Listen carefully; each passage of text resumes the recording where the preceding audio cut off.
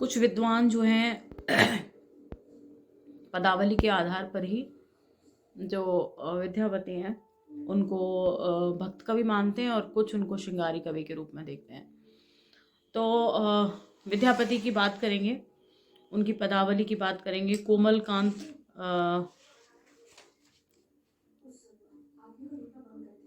शब्दावली का प्रयोग पदावली के पदों में देखने को मिलता है। श्रृंगार, सौंदर्य, यौवन की बात देखने को मिलती है। उनका सबसे पहला जो पद है पदावली का, उसके विषय में बात कर रहे हैं। मंगलाचरण का पद है। नंदक नंदन कदम्बेरी तरु तरे। तरु मतलब वृक्ष, तरे मतलब उसके नीचे। नंदक नंदन यानी नंद के पुत्र कृष्ण की बात हो रही है। धीरे धीरे टरली बुलाओ, मधुर धुन में मुरली को बजाने का काम कर रहे हैं। अर्थ देखे, विद्यापति जो है वो इस बात को कह रहे हैं कि हे राधा, नंद के पुत्र कदम्ब के वृक्ष के नीचे निर्धारित स्थान पर बैठ करके धीरे धीरे क्या कर रहे हैं, मधुर धुन में मुरली को बजाने का काम कर रहे हैं। समय सकेत निकेतन बैसल, बैसल मतलब बैठे हुए। समय सकेत यानी कि निर्धारित समय पर बार बार। बेरी बेरी बार बार। बोली पठाव, बुलावा भेज रहे हैं बुलाने के लिए। कह रहे हैं कि हे राधा, वे निर्धारित स्थान पर बैठे हुए अपनी मुरली से बार बार निर्धारित समय पर स्वर निकाल रहे हैं और तुम्हारे पास बुलाने के लिए संदेश को प्रेषित करने का काम कर रहे हैं, अर्थात तुम्हारे पास बुलावा भेजने का काम कर रहे हैं। बेरी बेरी मतलब बार बार, बार बार इसी काम को दोहरा रहे हैं। सांवरो तोरा लागी अनुखने विकल मुरारी। विकल मतलब व्याकुल, मुरारी का मतलब कृष्ण से, अनुखने मतलब प्रतिक्षण। सांवरो तोरा, हे श्यामा नायिका, राधा की बात हो रही है।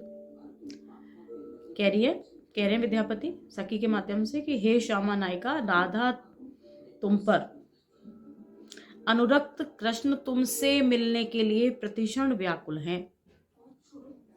जमुना के तीर उपवन उद्वेगिल, उद्वेगिल मतलब उद्विग्न होकर। कह रहे हैं कि इसलिए वे यमुना के तीर मतलब तट पर स्थित उपवन में उद्विग्न होकर घूम रहे। फिर ततही निहार है। कह रहे हैं फिर मतलब बार बार। वह उसी ओर, ततही मतलब उस ओर, निहारे मतलब देखने से, बार बार उसी ओर देख रहे हैं जिस ओर से तुम्हारे आगमन की संभावना है। गौरस बिके निके आवैते जायते। गौरस मतलब दही और दूध बेचने के लिए आने जाने वाली युवतियां। आवैते मतलब आने वाली, जायते मतलब जाने वाली। कह रहे हैं वे दही बेचने आने और जाने वाली हर युवती से यही पूछ रहे हैं। जनी जनी पूछ बनवारी, जन जनी प्रत्येक से यही पूछने का काम कर रहे हैं। कृष्ण जो है प्रत्येक से तुम्हारे विषय में जानने का प्रयास कर रहे हैं। तोहे मतिमान सुमति मधुसूदन, मधुसूदन मतलब कृष्ण, मतिमान मतलब राधा की बात हो रही है। तोहे मतलब तुम। कह रहे हे राधा, तुम मेरी छोटी सी बात सुन लो। तुम बुद्धिमान हो और कृष्ण कैसे हैं, बुद्धिशाली हैं, अर्थात दोनों की जोड़ी कैसी है, समान है। बचन सुनहु कछु मोरा। कह रहे हे राधा, तुम मेरी बात को सुन लो। भनई विद्यापति सुन बर जोवती। भनई मतलब कहते हैं, विद्यापति मतलब विद्यापति। कभी विद्यापति इस बात को कहते हैं, हे वर मतलब श्रेष्ठ, युवतियों में श्रेष्ठ राधा, तुम मेरी बात को सुनो। बंदे नंद किशोर, कि तुम कृष्ण की वंदना करो, अर्थात उनसे निर्धारित स्थान पर मिलने के लिए चली जाओ। इस तरह से जो कवि विद्यापति हैं वो मंगलाचरण का पद है और उसमें ये निवेदन कर रहे हैं वो राधा से कि उनको कृष्ण के पास मिलने के लिए जाना चाहिए। आशा है आपको समझ में आएगा पद।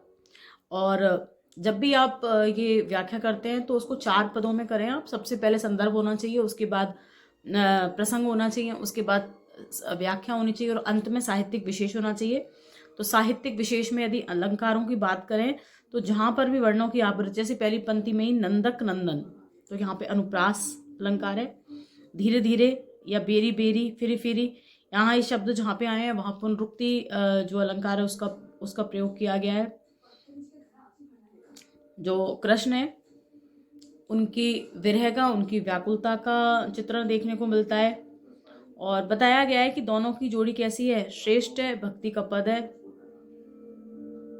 और श्रृंगार की भावना देखने को मिलती है, गीति काव्य है, गाया जा सकता है।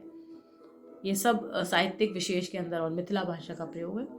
तो ये सब बातें साहित्यिक विशेष के अंतर्गत आती हैं। आशा है वीडियो आपको पसंद आएगा और पद का अर्थ भी आप समझ पाएंगे अच्छी तरह से।